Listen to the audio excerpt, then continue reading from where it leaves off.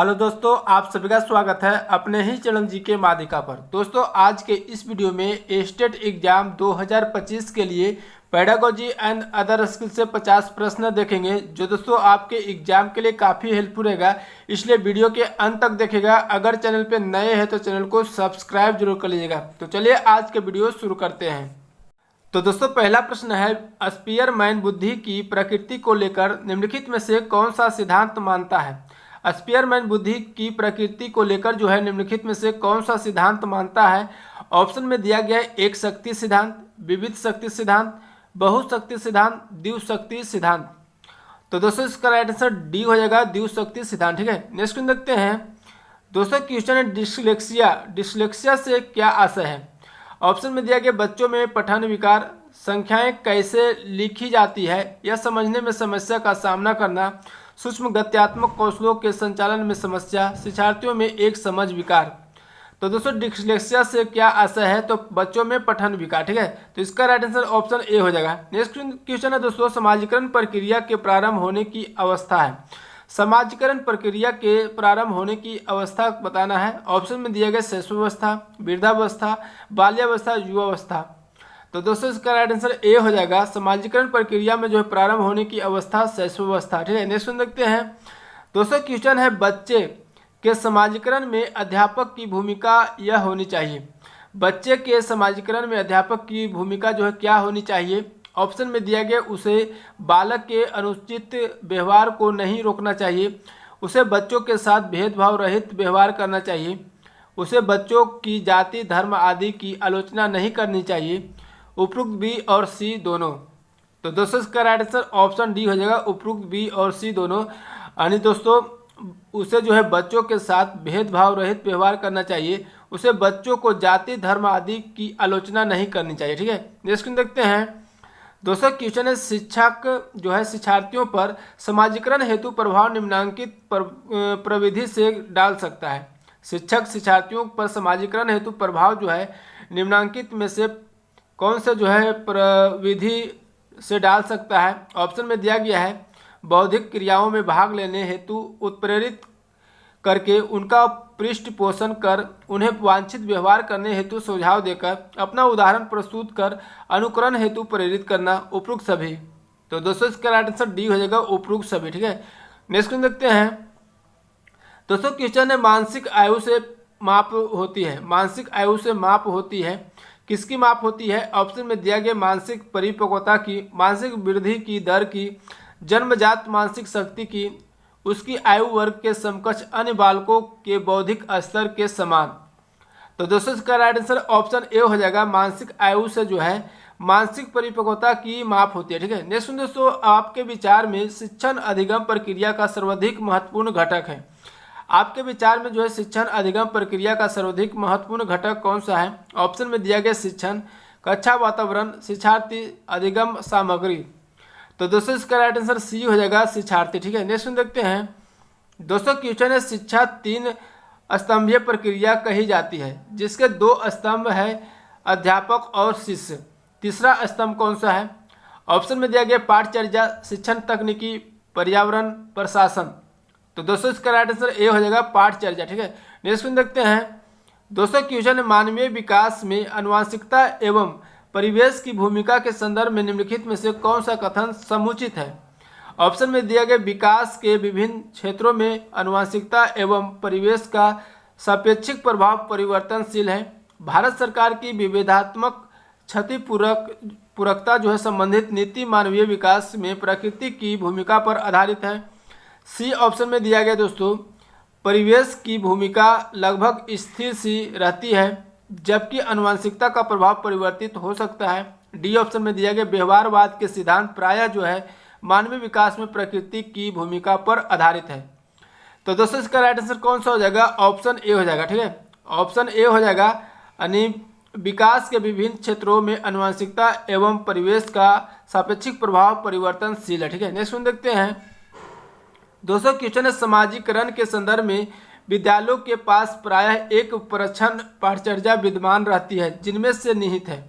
Option में दिया गया परिवारों के माध्यम से विद्यार्थियों का समझौतापूर्ण व जो है प्रतिरोधात्मक समाजीकरण, बोलियों व अभिवृत्तियों का शिक्षण एवं आकलन, बालात्मक अधिगम, चिंतन व समकक्ष साथी एवं अध्यापक की अनुकृति द्वारा विशेष रूप से अपनाया जाने वाला व्यवहार, अंतःक्रिया व सामग्री द्वारा विद्यालयों में प्रस्तुत किए जाने वाले सामाजिक भूमिकाओं से संबंध, अनौपचारिक संकेत।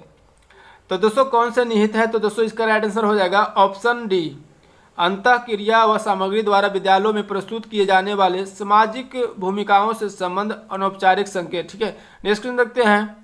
दोस्तों क्वेश्चन निम्नलिखित में से कौन सा निहितार्थ पियाजे के संज्ञानात्मक विकास के सिद्धांत से नहीं निकाला जा सकता है? तो निम्नलिखित में से कौन सा जो है निहितार्थ पियाजे के संज्ञानात्मक विकास के सिद्धांत से नहीं निकाला जा सकता है? ऑप्शन में दिया गया खोजपूर्ण अधिगम, शाब्दिक शिक्षण की आवश्यकता, बच्चों की अधिगमनात्मक तत्परता के प्रति संवेदनशीलता, व्यक्तिक भेदों की स्वीकृति। तो दोस्तों इसका राइट आंसर ऑप्शन बी हो जाएगा, शाब्दिक शिक्षण की आवश्यकता। ठीक है, नेक्स्ट देखते हैं। दोस्तों क्वेश्चन निम्नलिखित में से कौन सा कोहलबर्ग के नैतिक विकास के चरणों का लक्षण है? कौन सा जो है कोहलबर्ग नैतिक विकास के चरणों का लक्षण है? ऑप्शन में दिया गया सभी संस्कृतियों से संबंध चरणों की सार्वभौम श्रृंखला, विभिन्न चरण एक गैर पदानुक्रम रूप में आगे की ओर बढ़ते हैं, चरणों का परिवर्तनशील अनुक्रम, विभिन्न चरण अलग अलग प्रत्युत्तर है न कि समान प्रतिमान। तो दोस्तों इसका राइट आंसर हो जाएगा ऑप्शन ए, सभी संस्कृतियों से संबंध चरणों की सार्वभौम श्रृंखला। ठीक है, नेक्स्ट देखते हैं। दोस्तों क्वेश्चन है खाली स्थान कक्षा में वास्तविक सांसारिक समस्याओं से संबंध, जटिल परियोजनाओं पर कार्य करते हुए अध्यापक व छात्र एक दूसरे के अनुभवों से परस्पर ग्रहण करते रहते हैं। ऑप्शन में दिया गया अध्यापक केंद्रित, सामाजिक रचनात्मक, पारंपरिक रचनात्मक। तो दोस्तों इसका राइट आंसर हो जाएगा ऑप्शन बी, सामाजिक रचनात्मक। ठीक है, नेक्स्ट देखते हैं। दोस्तों क्वेश्चन है प्रगतिशील शिक्षा के संदर्भ में समान शैक्षिक अवसर से अभिप्राय है कि सभी छात्र।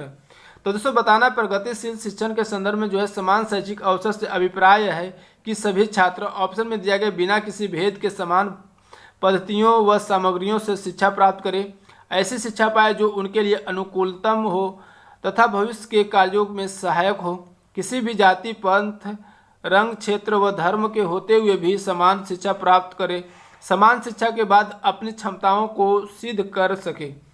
तो दोस्तों इसका राइट आंसर हो जाएगा ऑप्शन बी, किसी जो है ऐसी शिक्षा पाए जो उनकी अनुकूलतम हो और भविष्य के कार्यों को सहायक हो। ठीक है, नेक्स्ट देखते हैं। क्वेश्चन दोस्तों भाषा विकास के संदर्भ में निम्नलिखित में से कौन सा क्षेत्र पियाजे के द्वारा कमतर आंका गया है? तो भाषा विकास के संदर्भ में दोस्तों बताना निम्नलिखित में से कौन सा क्षेत्र जो है पियाजे के द्वारा कमतर आंका गया है? ऑप्शन में दिया गया अहम केंद्रित भाषा, विद्यार्थी द्वारा सक्रियात्मक रचना, अनुवांशिकता, सामाजिक अंतःक्रिया। तो दोस्तों इसका राइट आंसर ऑप्शन डी हो जाएगा, सामाजिक अंतःक्रिया। ठीक है, नेक्स्ट देखते हैं। दोस्तों क्वेश्चन है भूख और प्यास है, भूख और प्यास है। ऑप्शन में दिया गया व्यक्तिगत प्रेरक, जन्मजात प्रेरक, सामाजिक प्रेरक, अर्जित प्रेरक। तो दोस्तों इसका राइट आंसर ऑप्शन बी हो जाएगा, भूख और प्यास जो है जन्मजात प्रेरक है। ठीक है, नेक्स्ट देखते हैं। दोस्तों क्वेश्चन है कक्षा कक्ष में जो है शिक्षक व विद्यार्थियों के मध्य संप्रेषण होना चाहिए। ऑप्शन में दिया गया पाठ्य पुस्तक केंद्रित, विद्यार्थी केंद्रित, शिक्षक केंद्रित, उद्देश्य केंद्रित। तो दोस्तों इसका राइट आंसर ऑप्शन डी हो जाएगा, कक्षा कक्ष में जो है शिक्षक व विद्यार्थियों के मध्य जो संप्रेषण होना चाहिए उद्देश्य केंद्रित। ठीक है, नेक्स्ट देखते हैं। क्वेश्चन है यदि कोई बच्चा विद्यालय में हमेशा देर से पहुंचता है तो आप क्या करेंगे? तो यदि दोस्तों कक्षा में जो है यानी बच्चा देर से पहुंचता है तो आप जो है क्या करेंगे? ऑप्शन में दिया गया उसे डांटेंगे ताकि वह गलती दोबारा न दोहराए, प्रधानाचार्य को बताएंगे, उसके माता पिता से संपर्क करेंगे, बच्चे से बातचीत करके कारण जानने का प्रयास करेंगे। तो दोस्तों इसका राइट आंसर डी हो जाएगा, बच्चे से जो है बातचीत करके कारण जानने का प्रयास करेंगे। ठीक है, नेक्स्ट दोस्तों वर्तमान समय में शिक्षा का सबसे उपयुक्त उपागम कौन सा है? वर्तमान समय में शिक्षा का सबसे उपयुक्त उपागम कौन सा है? ऑप्शन में दिया गया व्यवहारवादी उपागम, सृजनवादी उपागम, संरचनात्मक उपागम, मानवतावादी उपागम। तो दोस्तों इसका राइट आंसर ऑप्शन बी हो जाएगा, सृजनवादी उपागम। ठीक है, नेक्स्ट देखते हैं। दोस्तों क्वेश्चन है स्कूलों में अधिकतर शिक्षकों में अपने छात्रों के लिए किसका सर्वाधिक जो है अभाव पाया जाता है? ऑप्शन में दिया गया स्नेह, क्रोध, दोषारोपण, घृणा। तो दोस्तों इसका राइट आंसर डी हो जाएगा घिरना। ठीक है, नेक्स्ट दोस्तों, परीक्षा में विद्यार्थियों से किस प्रकार के प्रश्न पूछने चाहिए। परीक्षा में विद्यार्थियों से जो है किस प्रकार के प्रश्न पूछने चाहिए। ऑप्शन में दिया गया स्मृति एवं समझ आधारित, वस्तुनिष्ठ एवं विषयगत, समझ एवं अनुप्रयोग आधारित, केवल वस्तुनिष्ठ। तो दोस्तों इसका राइट आंसर ऑप्शन सी हो जाएगा, समझ एवं अनुप्रयोग आधारित प्रश्न जो है पूछने चाहिए। ठीक है, नेक्स्ट देखते हैं दोस्तों, क्वेश्चन है एक कक्षा में बहुभाषी विद्यार्थी है, यह स्थिति उत्पन्न कराती है। एक कक्षा में बहुभाषी विद्यार्थी है, यह स्थिति जो है कैसे उत्पन्न करती है, उत्पन्न कराती है। ऑप्शन में दिया गया शिक्षण अधिगम प्रक्रिया में बाधा, विद्यार्थियों के मध्य सामंजस्य की समस्या, अध्यापक में कुंठा, सीखने के समृद्ध संसाधन। तो दोस्तों इसका राइट आंसर ऑप्शन डी हो जाएगा, सीखने के समृद्ध संसाधन। नेक्स्ट दोस्तों, यदि कक्षा में पढ़ाते समय आपको महसूस होता है कि अचानक सभी बच्चे पढ़ने में रुचि नहीं ले रहे हैं, तो आप क्या करेंगे। ऑप्शन में दिया गया कोई ध्यान नहीं देंगे और पढ़ाना जारी रखेंगे, पढ़ाना बंद कर देंगे, बच्चों को ध्यान देने को कहेंगे, कारण जानने की कोशिश करेंगे। तो दोस्तों इसका राइट आंसर डी हो जाएगा, कारण जानने की कोशिश करेंगे। ठीक है, नेक्स्ट देखते हैं क्वेश्चन दोस्तों, जो अध्यापक अपने कर्तव्य की उपेक्षा करके अपने अधिकारियों को प्रसन्न करने में लगे रहते हैं, वे प्रायः लाभान्वित होते हैं और अपने साथियों से आगे बढ़ जाते हैं। ऐसे परिवेश में आप क्या करेंगे। ऑप्शन में दिया गया अपने अन्य साथियों को अनुसरण करेंगे, अपने साथियों से ईर्ष्या करेंगे, कुंठित होकर अपने कर्तव्य के प्रति उदासीन हो जाएंगे, हानि लाभ की चिंता किए बिना अपने कर्तव्य का पालन करते रहेंगे। तो दोस्तों इसका राइट आंसर डी हो जाएगा, हानि लाभ की चिंता किए बिना जो है अपने कर्तव्य का पालन करते रहेंगे। ठीक है, नेक्स्ट देखते हैं दोस्तों, क्वेश्चन है उच्च प्राथमिक स्तर पर शिक्षक को जो है क्रियात्मक शोध का ज्ञान होना चाहिए, क्यों। ऑप्शन में दिया गया इसके माध्यम से बच्चों की समस्या की पहचान कर सुधार करने का कौशल विकसित कर पाएंगे, अपना स्वयं का विकास कर पाएंगे, बच्चों को प्रभावी ढंग से पढ़ा पाएंगे, शोध करने का कौशल विकसित कर पाएंगे। तो दोस्तों इसका राइट आंसर ऑप्शन ए हो जाएगा, इसके माध्यम से बच्चों की समस्या की पहचान कर सुधार करने का कौशल विकसित कर पाएंगे। ठीक है, नेक्स्ट देखते हैं दोस्तों, क्वेश्चन है शिक्षक का अधिकार अधिनियम 2009 ने 6 वर्ष से 14 वर्ष आयु के विद्यालय सभी न गए अथवा विद्यालय शिक्षा अधूरी छोड़ने वाले बच्चों को शिक्षा की मुख्य धारा से जोड़ना हेतु। ऑप्शन में दिया गया है कि विशेष पाठ्यक्रम लागू करने पर जोर दिया गया है, विशेष प्रशिक्षण लागू करने पर जोर दिया है, अलग से विद्यालय खोलने की बात कही है, अलग से शिक्षक नियुक्ति करने की बात कही है। तो दोस्तों इसका राइट आंसर ऑप्शन बी हो जाएगा, विशेष प्रशिक्षण लागू करने पर जोर दिया गया। ठीक है, नेक्स्ट देखते हैं दोस्तों, क्वेश्चन बच्चों को सीखने सिखाने की प्रक्रिया के दौरान वे उस कार्य को किस प्रकार से कर रहे हैं, इसकी जानकारी इन्हें जो है होनी चाहिए। ऑप्शन में दिया गया कार्य समाप्त होने के पश्चात ही जानी चाहिए, कार्य करते समय सतत रूप से दी जानी चाहिए, कार्य के बीच में एक बार दी जानी चाहिए, इसकी कोई आवश्यकता नहीं है। तो दोस्तों इसका राइट आंसर बी हो जाएगा कि बच्चों को सीखने सिखाने की प्रक्रिया के दौरान जो है वे उस कार्य को किस प्रकार से कर रहे हैं, इसकी जानकारी जो है इन्हें कार्य करते समय सतत रूप से दी जानी चाहिए। ठीक है, नेक्स्ट देखते हैं दोस्तों, क्वेश्चन है किस विद्वान ने जो है क्रियात्मक पक्ष के उद्देश्यों को व्यवहारिक रूप में जो है लिखने में अधिक रुचि ली है। ऑप्शन में दिया गया B.S. Bloom, Robert megger, Robert Miller, उपरोक्त सभी। तो दोस्तों इसका राइट आंसर हो जाएगा ऑप्शन ए, B.S. ब्लूम। ठीक है, नेक्स्ट दोस्तों, सामाजिक विज्ञान शिक्षण में मूल्यांकन के लिए उपयोग होता है। सामाजिक विज्ञान शिक्षण में जो है मूल्यांकन के लिए उपयोग होता है, किसका उपयोग होता है। तो दोस्तों ऑप्शन में दिया गया है वस्तुनिष्ठ परीक्षा का, निबंधनात्मक परीक्षा का, ए और बी दोनों का, इनमें से कोई नहीं। तो दोस्तों इसका राइट आंसर ऑप्शन सी हो जाएगा, ए और बी दोनों का, यानी वस्तुनिष्ठ परीक्षा का और निबंधात्मक परीक्षा का, इन दोनों का जो है सामाजिक विज्ञान शिक्षण में मूल्यांकन के लिए उपयोग होता है। ठीक है, नेक्स्ट देखते हैं क्वेश्चन है गणित शिक्षण के उद्देश्य एक शिक्षक की सहायता करते हैं। गणित शिक्षण के उद्देश्य एक शिक्षक की जो है सहायता करते हैं। ऑप्शन में दिया गया पाठ सामग्री का चयन करने में, सार्थक उद्देश्यों को लिखने में, कक्षा को सक्रिय बनाने में, उद्देश्यों को प्राप्त करने में।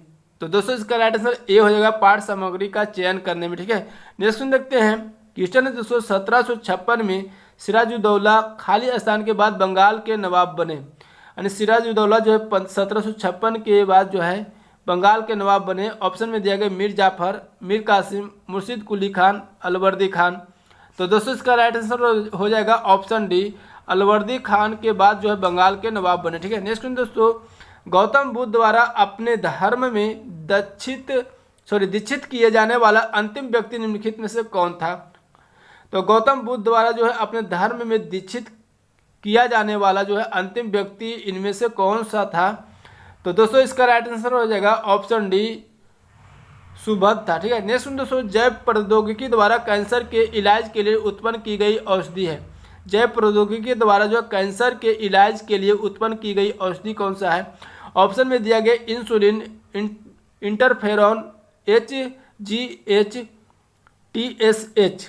तो दोस्तों इसका राइट आंसर हो जाएगा ऑप्शन बी, इंटरफेरॉन। ठीक है, नेक्स्ट क्वेश्चन दोस्तों, उस वेन आरेख का चयन करें जो नीचे दिए गए वर्गों के समूह के बीच के संबंध को सर्वोत्तम ढंग से निरूपित करता है। चाय, पेय, कप, ये तीनों में संबंध बताना है। ठीक है, तो दोस्तों इसका राइट आंसर हो जाएगा ऑप्शन ए। ठीक है, यानी दोस्तों चाय जो है सभी पेय पदार्थ में हो जाएगा और कप जो है अलग हो जाएगा। ठीक है, नेक्स्ट देखते हैं क्वेश्चन है दोस्तों, एक्स वाई और जेड की सास है। एक्स जो है वाई और जेड की सास है, पी एन की पुत्री है जो जेड का पति है।